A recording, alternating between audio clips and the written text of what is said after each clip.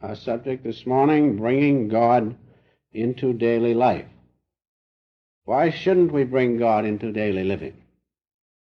There is not a thing that we can do, any thought that we can think, except He is in us. We live, move, and have our being. Why? Because of God's presence within us. But we do not realize it, that's all. We do not realize the importance of taking God with us in every action. Why? Because we have not put our consciousness, our minds to understand. We have not compared to see the difference, that's all. I think every intelligent person knows that everything we have or exists because of God. We have each other. We have our friendship. We have those near and dear to us. Why? Because God's eternal substance has been manifesting as creation, and each one of us is a part of that creation. He is the sole doer. But we do not realize it. We do not realize how much better off we would be if we could take God consciously into our every action. Now we know, on one hand, that God is infinite from the Master's teachings. We know of His nature and the aspects of His greatness. We know these things, but we also know that to explain just what God is through reason is impossible. It simply shows to us the limitations of the human intelligence. And that we cannot know God through the outward means of our limited human intelligence. But in spite of this, in spite of realizing our limitations, still you know, I know, that within each and every one of us is an insatiable urge to know God.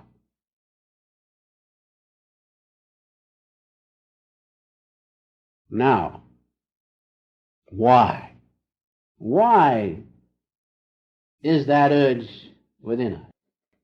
Well, in the first place, we look about us in this world with its paradoxes and injustices. And we realize that the answer to our contentment and our feeling is not in this outward existence. We see too much of these injustices. And what does that do? That drives us into the real reason why that insatiable urge to know God is there. It is because of this one thing, that we all have come from that one unity of God's consciousness. We are rays of that one unity of God's consciousness. And we have been thrust, because of His cosmic dream, into this duality of outward consciousness, with all of its injustices.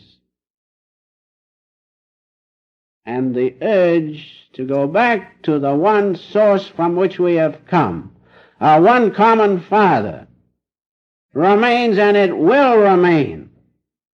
It will urge us on unrelentlessly until we know that unity of God's presence within us.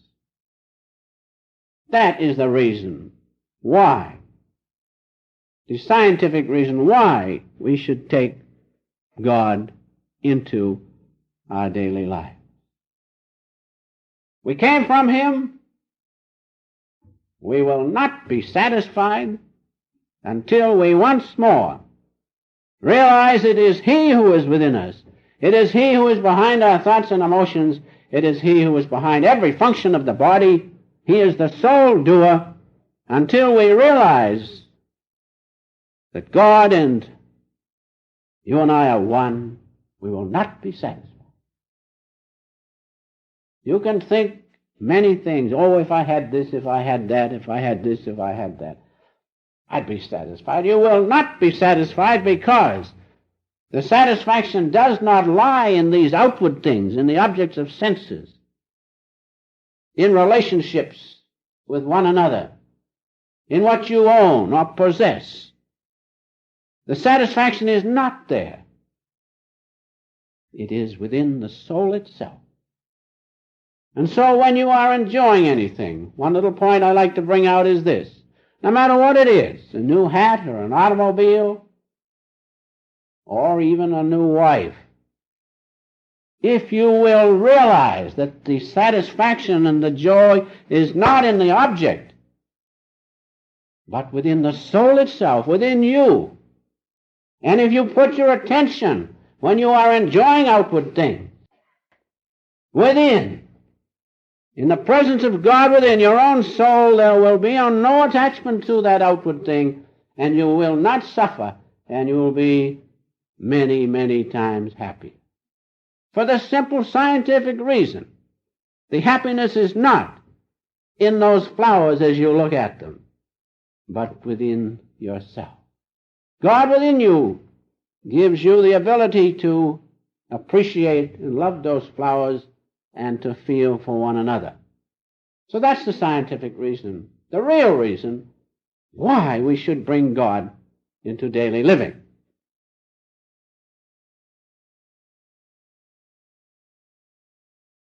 Now going on, some people seem to think, except on certain occasions when, as the Master says, they get stuck, that they get along pretty well in workaday conditions without God. Well, I like to explain that this way. You have an automobile, it's a good automobile, and you ride around in it and you enjoy it and you think this is fine. Then along comes one of your friends with a better automobile, like a nice Cadillac, and you ride in it, and you see the difference. Then you realize what you have been missing, isn't that so? And so it is with God. We realize that God is. We realize that He is our necessity. We're not dead to Him, but we don't understand. We haven't put our minds to understand, and by so doing realize what we are missing. And so when you ride in that better automobile, you can compare and see what you're missing, see the difference. And so it is with God. We get along, or many people seem to think they get along, in workaday world without God, but they do not appreciate, realize what they're missing if they could but take God with them in every action. And so realize that we do not understand God because we do not apply ourselves.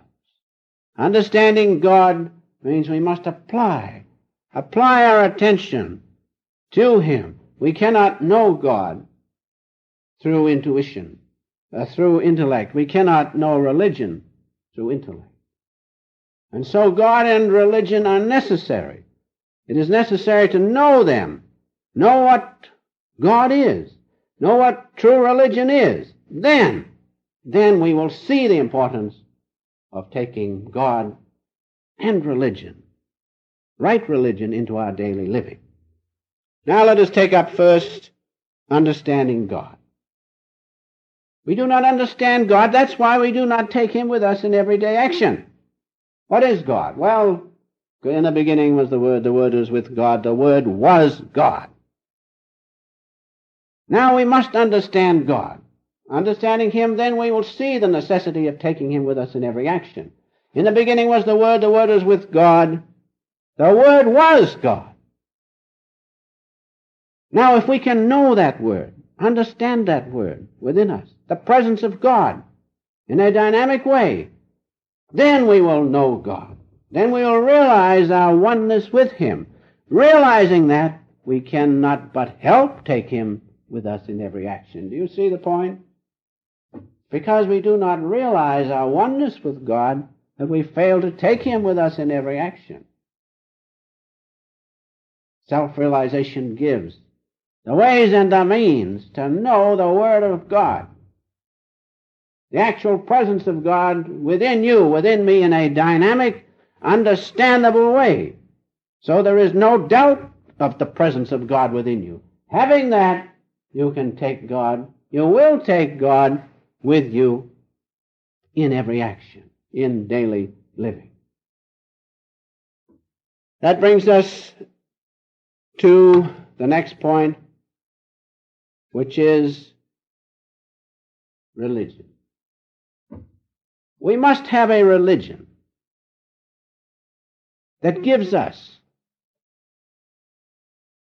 the contact with God. We must have a religion that unites us with God.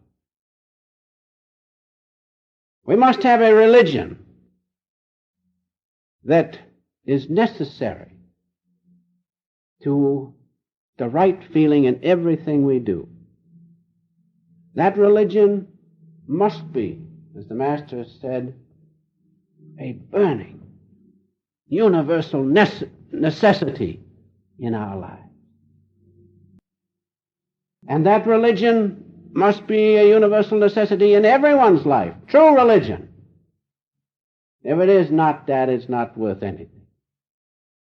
So realize that underlying the teachings of Christianity, Mohammedanism, Hinduism, is a universality of religion. And what is that universality of religion? The Word of God, that's all. Whether you be a Mohammedan, a Christian, Protestant, Jew, Catholic, whatever you are, above the outward form of religion is the universality of religion. The Word of God realizable right within each and every one of us. That's what those who follow the various religions do not attain. Because why? They do not know and understand the universality of religion. As I have said, no matter what your religion is, at this point, as Jesus said, if thine eye be single, thy body will be filled with light. No matter what religion you follow, unless that religion gives you the contact of God as the spiritual eye, or the great holy vibration within you, or the great omniscient love of God, unless that religion gives you that, it is not the religion for you, because it does not give you God contact. If you follow the right religion that gives you God contact, not in imagination, but in reality, and you know that you and your Father are one, you will take him with you in every action.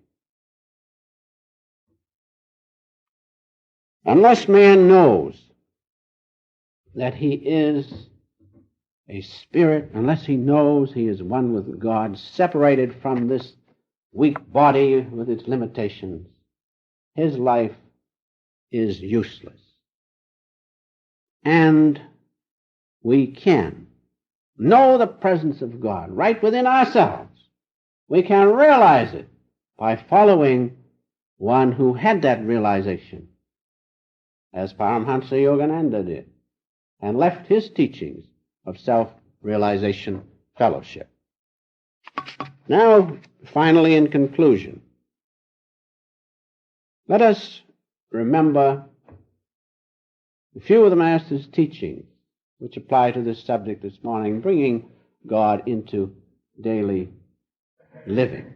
And this is, I think, one of the greatest sentences he has left for us, as follows: unless our conception of God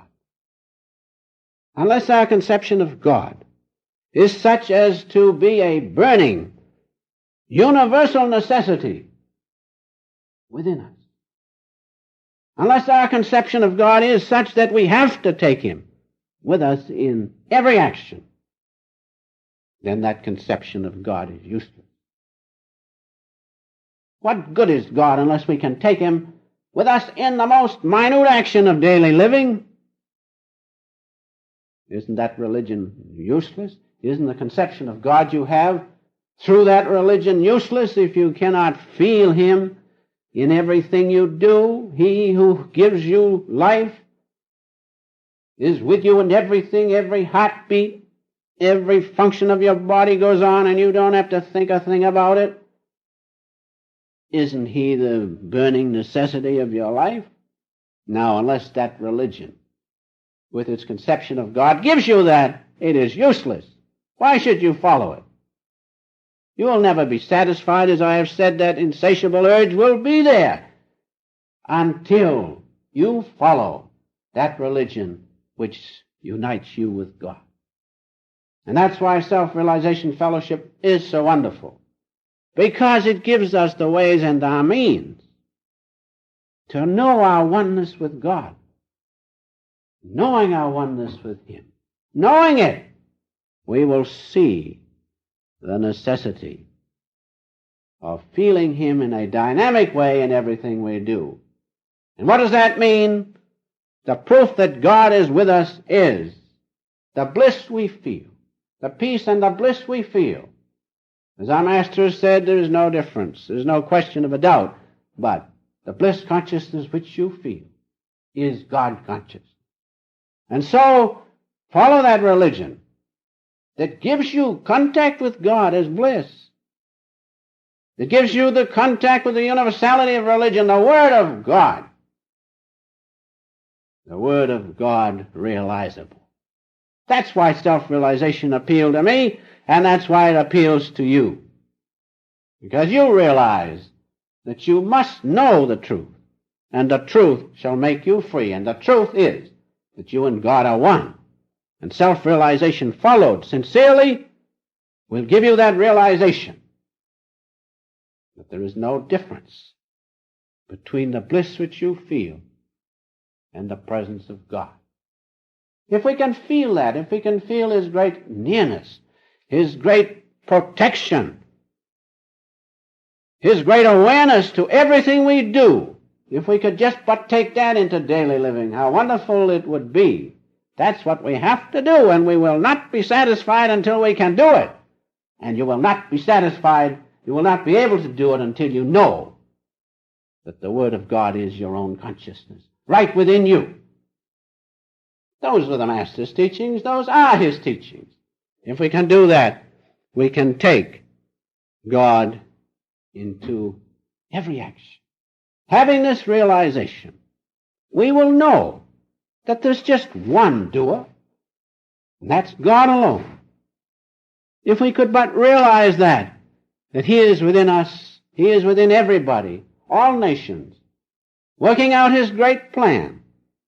If we could but realize that He is the sole doer, how easy it would be to submit to His will. But we don't realize it. That's why it's difficult. That's why we feel separated from Him.